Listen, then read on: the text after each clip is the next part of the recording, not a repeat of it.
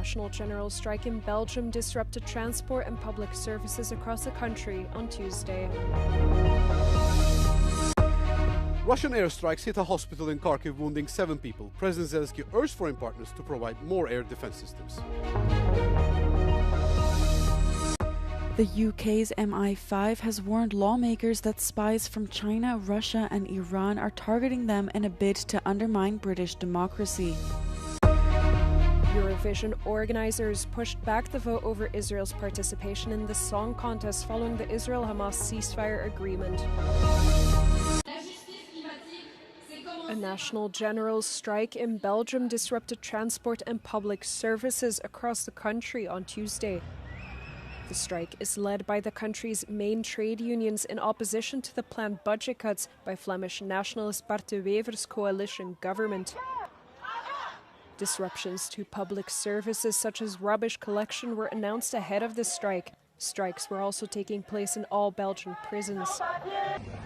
All departing flights were grounded at both Brussels and Charleroi Airport, while all arriving flights at Charleroi were cancelled or diverted.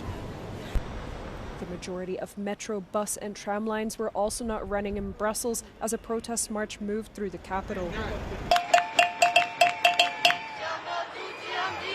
Several protesters were arrested after some started small fires near the Brussels Ring Road and others clashed with local authorities. The protests are expected to ramp up pressure on De Wever's coalition government, which on Monday failed to reach a budget agreement.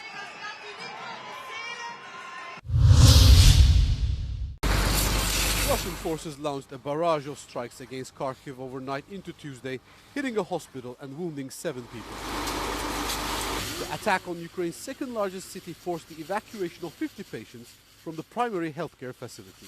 President Volodymyr Zelensky said the main targets were energy facilities and again urged foreign partners to provide more air defense systems. This call comes as a new report on Tuesday revealed a sharp drop in European military support for Kyiv. According to the Kiel Institute, foreign military aid fell by 43% compared to the first half of the year. That fall occurred after the creation of a new NATO fund that pools contributions to purchase US-made weapons for Ukraine.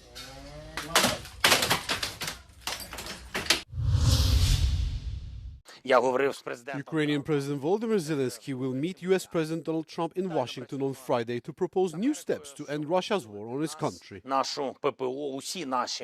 summit comes as Trump shifts his focus to Ukraine after the first phase of his Gaza ceasefire deal saw the release of 20 Israeli hostages held by Hamas and the return of nearly 2,000 Palestinian prisoners. Which is a big difference between... Zelensky said the meeting's main focus is securing air defense and long-range capabilities to pressure Russia into peace.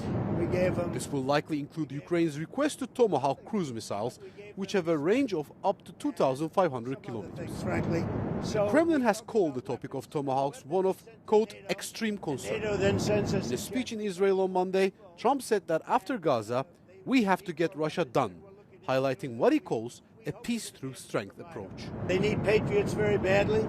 They'd like to have tomahawks. That's a step up. They'd like to have tomahawks. We talked about that. And so we'll see.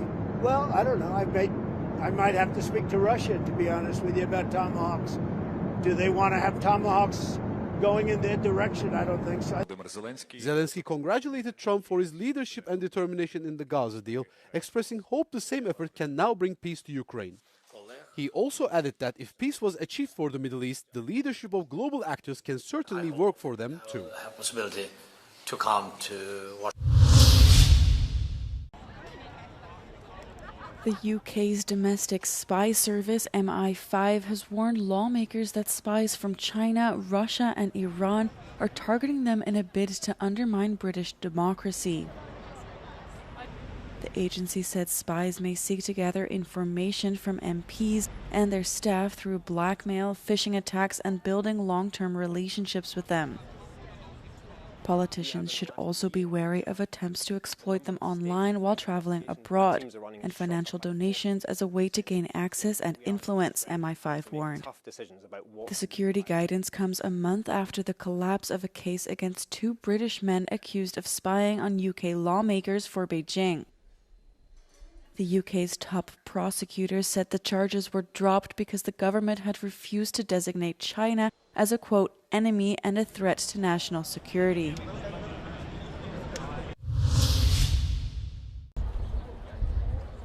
A vote over Israel's participation in Eurovision has been pushed back.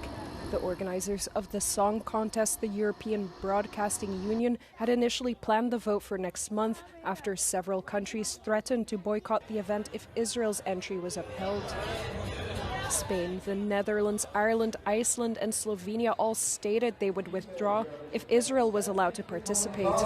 In response, Germany said it could do so if Eurovision decided to exclude Israel. However, now, following the ceasefire agreement between Israel and Hamas, the EBU announced the vote will take place in December. No specific date has been scheduled for a final decision, but it's reported that discussions are set to resume once it becomes clearer if the ceasefire will hold. Austria, which is due to host the 2026 contest after its win last year, has praised the delaying of the poll. Venezuela has said it will close its embassy in Norway days after the country's opposition leader, Maria Corina Machado, was awarded the Nobel Peace Prize in Oslo. Norway's foreign ministry called the decision on Monday regrettable and emphasized the Nobel Committee is entirely separate from the government. Machado, who has been in hiding for a year, won the prize on Friday for her fight for democracy after being barred from last year's election.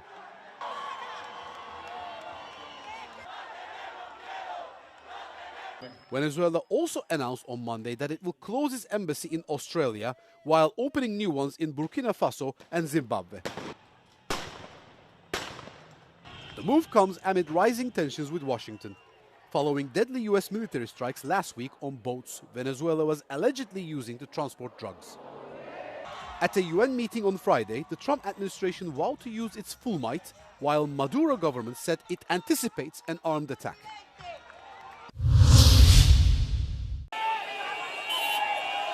Madagascar's president, Andry Rajoelina, says he has fled the country after weeks-long anti-government protests that led to a military rebellion. Ongoing Gen Z-led protests reached a pivotal point on Saturday when an elite military unit known as CAPSAT joined, prompting Rajoelina to say that an illegal attempt to seize power was underway.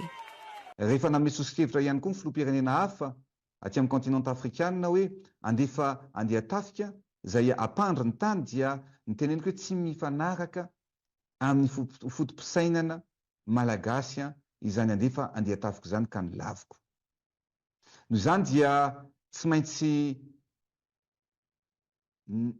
naka toerana, nandeha amin'ny toerana izay sécurisé iarovana ny aiko ny tenako ankehitriny.